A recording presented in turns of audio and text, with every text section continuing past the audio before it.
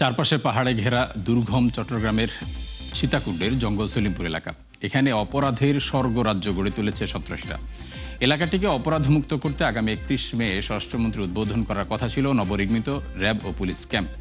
কিন্তু উদ্বোধনের আগেই ভারী অস্ত্রশস্ত্রে সজ্জিত হয়ে বুলডোজার দিয়ে গুড়িয়ে দেওয়া হয় ক্যাম্পটি। এ নিয়ে বিস্তারিত আলোচনার জন্য এই মুহূর্তে আমাদের সাথে রয়েছেন নিরাপত্তা বিশ্লেষক লেফটেন্যান্ট জেনারেল অবসরপ্রাপ্ত মোহাম্মদ কামরুজ্জামান এবং চট্টগ্রাম থেকে রয়েছেন আমাদের সহকর্মী প্রণবেশ চক্রবর্তী। আপনাদের দুজনকে আমরা স্বাগত জানাচ্ছি সংবাদযোগে। শুরুতেই আমরা সহকর্মী প্রণবেশ চক্রবর্তী আপনার কাছে যেতে চাই।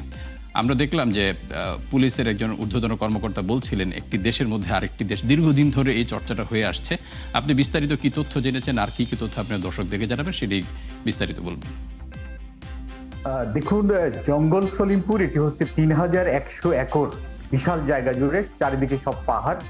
20 থেকে 25 বছর যাবত এখানে বিভিন্ন গ্রুপ এখানে পাহাড়ি জায়গাগুলো বিক্রি করে করে যারা নিম্ন আয়ের মানুষ কিংবা যারা একটু মধ্যবিত্ত তাদের কাছে এগুলো বিক্রি করে দিয়েছে প্লট আকারে, এবং এই বিশাল জায়গায় তারা তাদের সাম্রাজ্য গড়ে তুলেছে। এক একটা প্লট বা এক একটা জায়গা হয়তো 5 লাখ 10 লাখ 20 লাখ করে বিক্রি করে দেওয়া হয়েছে। এগুলো আসলে সবগুলোই রাষ্ট্রীয় বা সরকারি জায়গা, এবং এখানে তারা তাদের মতো করে একটা প্রশাসনিক ব্যবস্থা গড়ে তুলেছে। এখানে আমরা এর আগেও আইন শৃঙ্খলা বাহিনী এখানে অভিযান পরিচালনা করেছে, তাদের নিজস্ব সিসিটিভি ক্যামেরা, তারপর কে ঢুকছে কে বের হচ্ছে সেগুলো মনিটরিং করা। এবং জঙ্গল সলিমপুরের মধ্যে দুটি জায়গা রয়েছে, একটি হচ্ছে ছিন্নমূল, এটি একটা গ্রুপ নিয়ন্ত্রণ করে, আর একটা হচ্ছে আলীনগর, সেটি আরেকটি গ্রুপ নিয়ন্ত্রণ করে। আমরা যতটুকু জানতে পেরেছি স্থানীয়দের সাথে কথা বলে, যে এখানে একটা হচ্ছে রোকন বাহিনী আর একটা হচ্ছে ইয়াসিন বাহিনী। রোকন বাহিনী মূলত ছিন্নমূল জায়গাটা নিয়ন্ত্রণ করে, আর আলীনগর এই বিশাল জায়গাটা নিয়ন্ত্রণ করে ইয়াসিন গ্রুপ।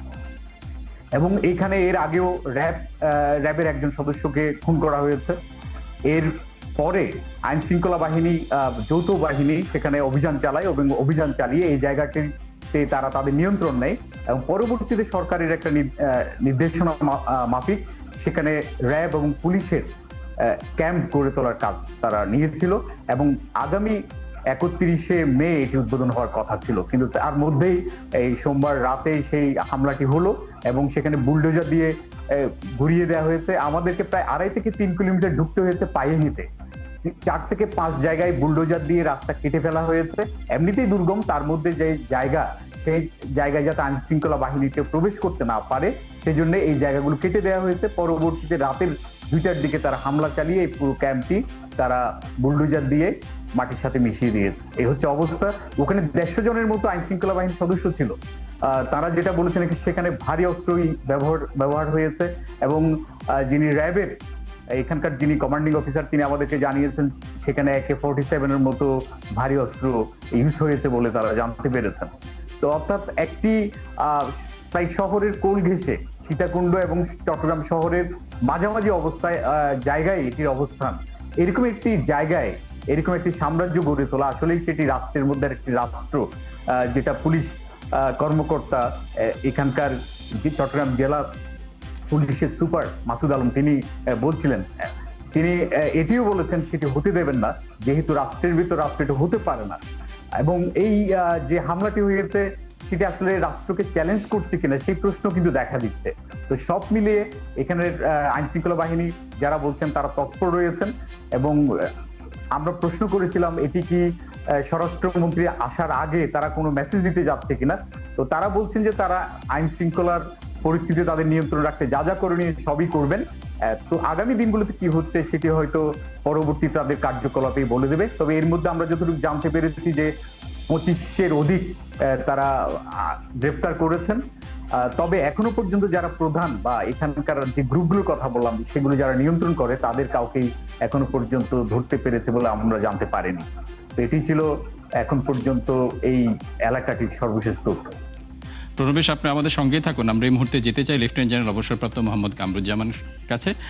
জনাব কামরুজ্জামান, যেটি ছিল রাষ্ট্রকে একটা প্রশ্ন করা, যে রাষ্ট্রের যে সার্বভৌমত্ব, একটি সুশৃঙ্খল বাহিনীকে একটা চ্যালেঞ্জ জানানো, এত বড় একটা সুশৃঙ্খল বাহিনী থাকা অবস্থায় সেখানে হামলা করেছে AK-47 মতো ভারী অস্ত্রশস্ত্র নিয়ে, সেটি কি আমাদের সার্বভৌমত্বের উপর বড় হুমকি কিনা, প্রচ্ছন্ন একটা হুমকি আমরা বলতে পারি, সে বিষয়গুলো কিভাবে দেখছেন?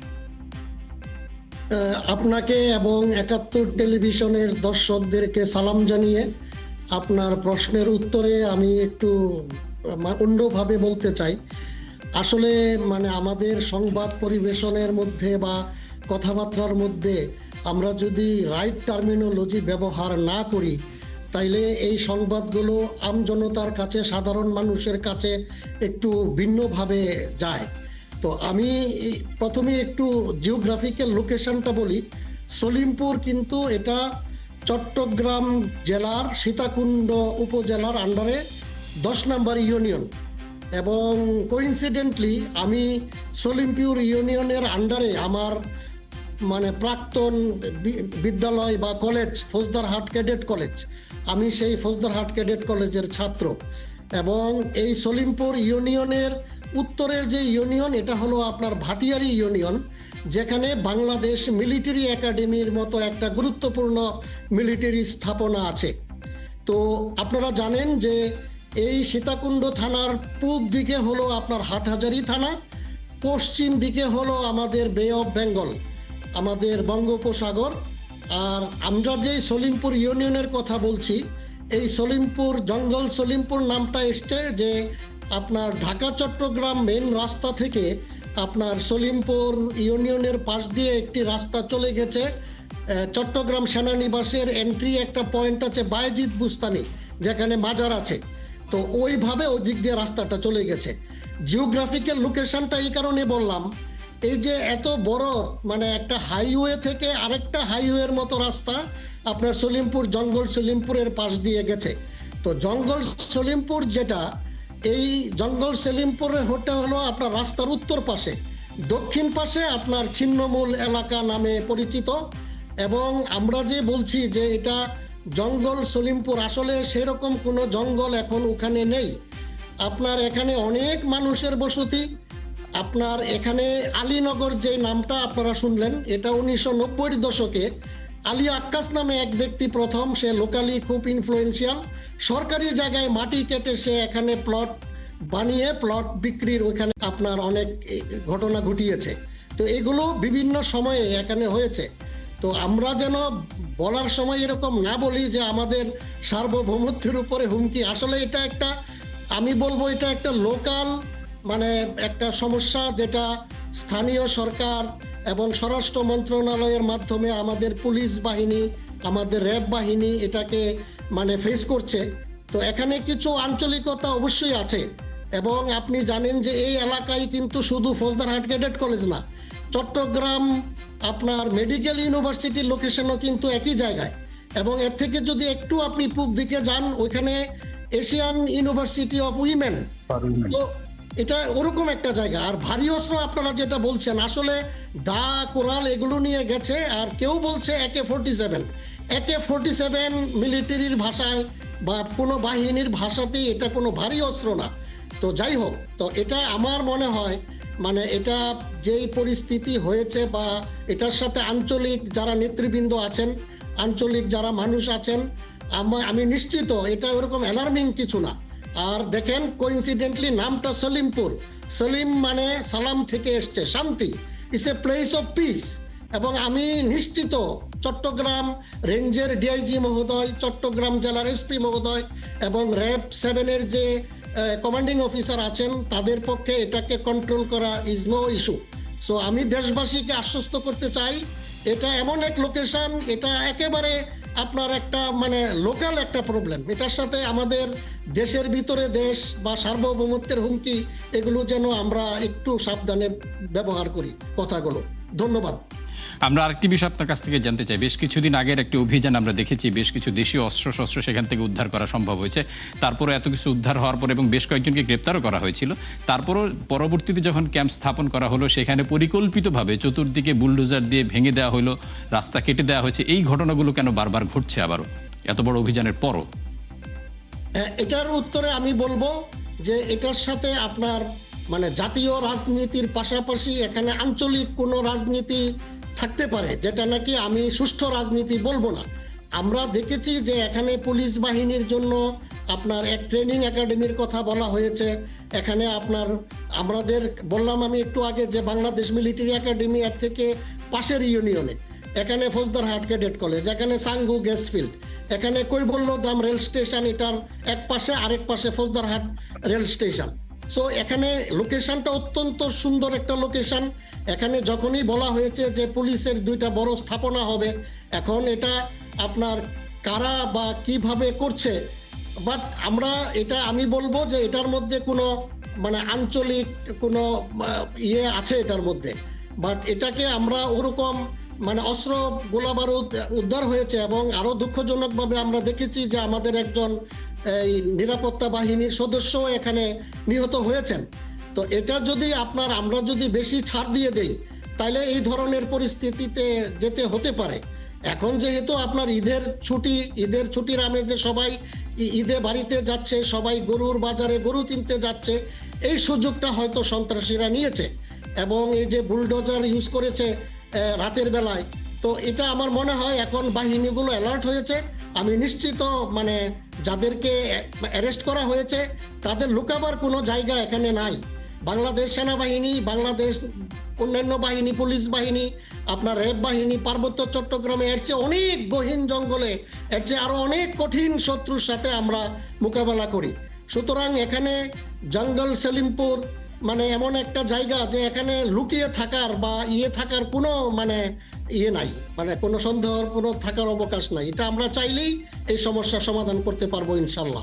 আমরা খুব সংক্ষেপে আপনার কাছে আরেকটি বিষয় জানতে চাই। আপনি যেমন বললেন যে সলিমপুর শান্তিপ্রিয় এলাকা, সেখানকার যে জনগোষ্ঠী বেড়ে ওঠা যেসব শিশু রয়েছে, কিছুদিন পর পর যৌথ বাহিনীর অভিযান তাদের উপর মনোজগতে বড় ধরনের একটা বিরূপ প্রভাব পড়ছে কিনা, সে থেকে উত্তরণের উপায় বাকি? এটা তো অবশ্যই, মানে সন্ত্রাসী তো অল্প, এখন এখানকার সাধারণ নিরীহ মানুষ, এবং ওই কারণেই আমাদের বাহিনীগুলো যখন নাকি আপনার অপারেশনে যায়, তাদেরকে ইউজ অফ ফোর্স যখন করে, তাদেরকে চিন্তা করতে হয় যে আমি সন্ত্রাসীদেরকে দমন করতে যে আমার আশেপাশের যারা নিরীহ এলাকাবাসী তাদের উপরে যেন কোনো ক্ষতি বা না হয়, ওইভাবেও তাদেরকে চিন্তা করতে হয়। যে কারণে আপনার এই একটু হচ্ছে। তো এই এলাকাবাসীকেও আপনার একটু হেল্পফুল হইতে হবে। আপনি জানেন যে এখানে সেটেলমেন্ট যেটা হয়েছে এটা অনেকটা আনঅথরাইজড ভাবে, এটা আপনার সরকারি জায়গা, খাস জায়গা, পাহাড় কেটে এখানে আপনার লোকালি বাণিজ্য করেছে এবং এগুলো বৈধ জিনিস ছিল না। তো সুতরাং এটার বৈধতার জন্য এবং এটাকে যেন আমাদের বাহিনীগুলো, পুলিশ বাহিনী, র্যাব বাহিনী, তারা যেন সুন্দরভাবে এটাকে মানে নিয়ন্ত্রণে নিতে পারে, আমি নিশ্চিত তাদের প্রফেশনালিজম দিয়ে মিনিমাম ইউজ অফ ফোর্স করে তারা সন্ত্রাসীদের পাকড়াও করবে। অলরেডি 25 থেকে 30 জন সন্ত্রাসী ধরা পড়েছে এবং আমি নিশ্চিত এদের যে নাটের গুরু তারাও মানে এটার চলে আসবে। জনাব কামরুজ্জামান, আপনি আমাদের সঙ্গে থাকুন। এই মুহূর্তে আমরা চলে যাচ্ছি আমাদের সহকর্মী প্রণবেশ চক্রবর্তীর কাছে। প্রণবেশ, অভিযান এখনো পর্যন্ত চলছে, সেখানে র্যাব এবং পুলিশের পাশাপাশি যৌথ বাহিনীতে অন্য কেউ সংযুক্ত হয়েছে কিনা, আর কর্মকর্তারা কি বলছেন, অভিযান কতদিন নাগাদ বা কতক্ষণ পর্যন্ত সেই অভিযান চলমান থাকবে? যৌথ বাহিনীর অভিযানের মধ্যে এখানে আইন শৃঙ্খলা বাহিনীর মধ্যে র্যাব, পুলিশ, অ্যাপিবিএন এরা তো আছেই, সেনাবাহিনীরও আমরা উপস্থিতি দেখেছি। যদিও বুলডোজার দিয়ে এখানে কেটে দেওয়ার কারণে তারা কিন্তু এই যে জায়গায় ঘটনাটি ঘটেছে সেই জায়গায় যদি রাস্তাঘাট ঠিক থাকে তাহলে 10 থেকে 15 মিনিটের মধ্যে আইন শৃঙ্খলা বাহিনী পৌঁছাতে পারতো। কিন্তু তারা নিজেরাই যখন গণমাধ্যমে ব্রিফ করেছেন, জানিয়েছেন যে অবকাঠামো বা রাস্তাঘাট উন্নয়ন না হওয়ার কারণে সেখানে পৌঁছাতে সমস্যা এবং রাস্তাগুলো কেটে দেওয়ার কারণে তারা আসতে পারেনি। তারপর রাতের বেলায় এখানে পুলিশ, র্যাব তারা সবাই গেছেন এবং গিয়ে ওখানে আগে থেকে 150 জনের মতো সদস্য ছিল বিভিন্ন বাহিনীর, তারা তাদেরকে সহযোগিতা করার জন্য এখান থেকেও প্রচুর পরিমাণ ফোর্স সেখানে কিন্তু গেছে। মূল সমস্যা হচ্ছে আসলে রাস্তাঘাট যদি উন্নত হয় তাহলে এখন যে সমস্যা সেটি হয়তো থাকবে না বলেই আইন শৃঙ্খলা বাহিনী মনে করছেন। এবং সেখানে যেহেতু ট্রেনিং এবং পুলিশের ট্রেনিং সেন্টার হওয়ার কথা আছে, সেগুলো যদি হয় তাহলে সেখানে একটা শান্তি শৃঙ্খলা ফিরে আসবে বলে সাধারণ মানুষ মনে করছে। আর আপনি যেটা বলছিলেন যে অভিযান চলছে, এখন পর্যন্ত আমরা জানতে পেরেছি 25-এর অধিক, প্রায় 30 জনের মতো গ্রেপ্তার আছেন। গ্রেপ্তার করা হয়নি, তো বলা হচ্ছে জিজ্ঞাসাবাদের জন্য যদি কেউ নিরীহ থেকে থাকেন তাহলে তাদেরকে ছেড়ে দেবে বলে এখানে আইন শৃঙ্খলা বাহিনীর পক্ষ থেকে জানিয়েছেন। তাদের এই অভিযান অব্যাহত থাকবে। এখনো পর্যন্ত তারা বলছে বিভিন্ন জায়গায় তথ্য নিয়ে তারা যারা যারা যুক্ত তাদেরকে চিহ্নিত করে তারা তাদের এই অভিযানটা চালাবেন বলে আমাদের আইন শৃঙ্খলা বাহিনীর পক্ষ থেকে জানানো হয়েছে। এবং এটিও বলা হয়েছে যারা এইগুলো করছে তারা আইন শৃঙ্খলা বাহিনীর চেয়ে কোনো অর্থেই তাদের চেয়ে বড় কেউ এখানে নেই বলে সেটা তারা নিশ্চিত করছেন। এবং এটাও তারা বলেছেন যদি মন্ত্রণালয় থেকে নিশ্চিত থাকে যে স্বরাষ্ট্রমন্ত্রী আসবেন তাহলে তাদের নিরাপত্তা নিশ্চিত করা যে যা যা করণীয় সেটি করবেন বলে তারা আমাদেরকে গণমাধ্যমে জানিয়েছেন। প্রণবেশ, আপনাকে ধন্যবাদ। পাশাপাশি জনাব লেফটেন্যান্ট জেনারেল অবসরপ্রাপ্ত কামরুজ্জামান, আপনাকে অসংখ্য ধন্যবাদ সংবাদ যুগে সময় দেওয়ার জন্য। দর্শক, এই ছিল আজকের সংবাদ যুগ। আগামীকাল ঠিক রাত 10টায় আবারও দেখা হবে নতুন কোনো বিষয়, তার বিস্তারিত নিয়ে। ৭১-এর সাথেই থাকুন।